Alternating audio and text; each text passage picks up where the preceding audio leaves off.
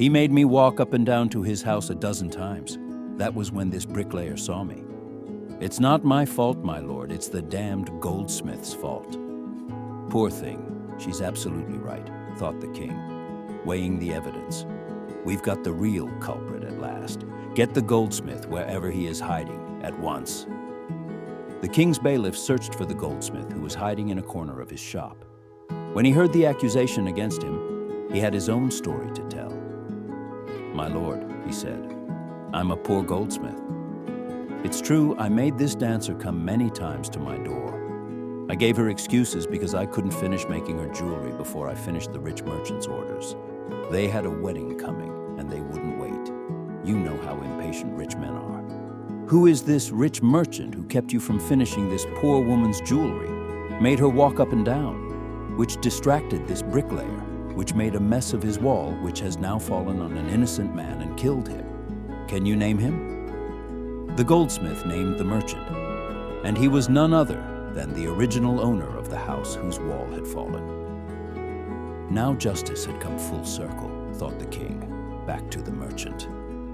When he was rudely summoned back to the court, he arrived crying, "It wasn't me, but my father who ordered the jewelry. He's dead. I'm innocent." But the king consulted his minister and ruled decisively.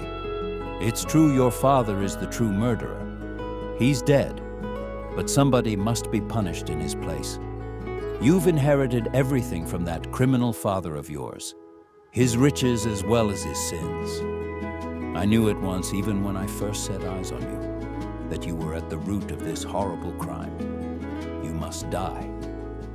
And he ordered a new stake to be made ready for the execution, as the servants sharpened the stake and got it ready for the final impaling of the criminal. It occurred to the minister that the rich merchant was somehow too thin to be properly executed on the stake. He appealed to the king's common sense. The king, too, worried about it. "What shall we do?" he said, when suddenly it struck him that all they needed to do was to find a man fat enough to fit the stake.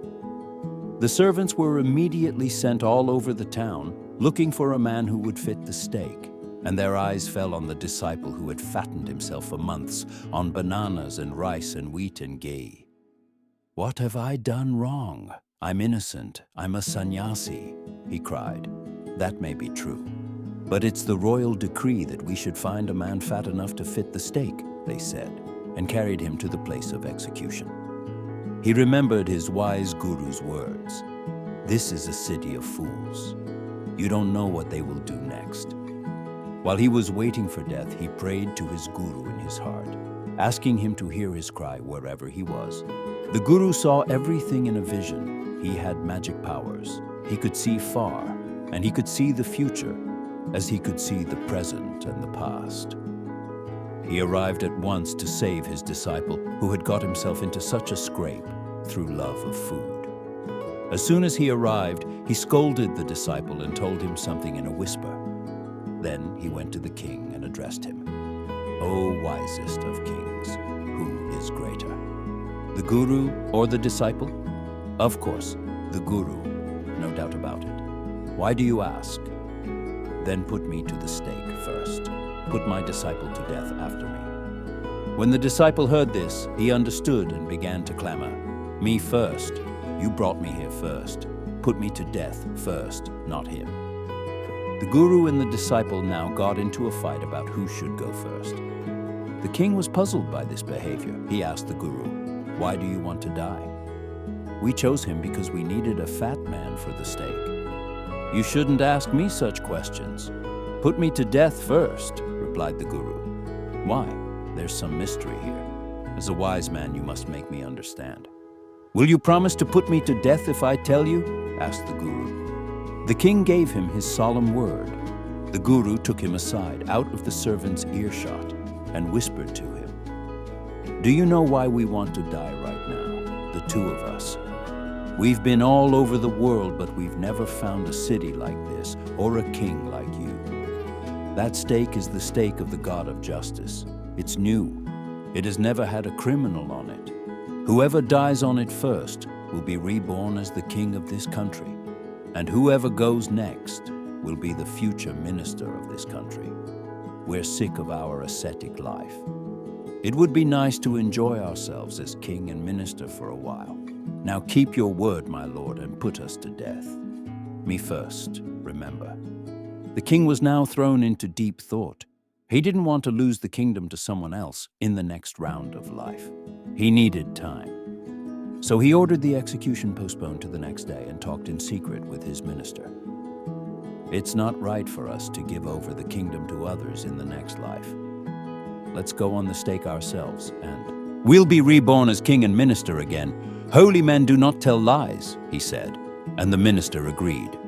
So he told the executioners, "We'll send the criminals tonight.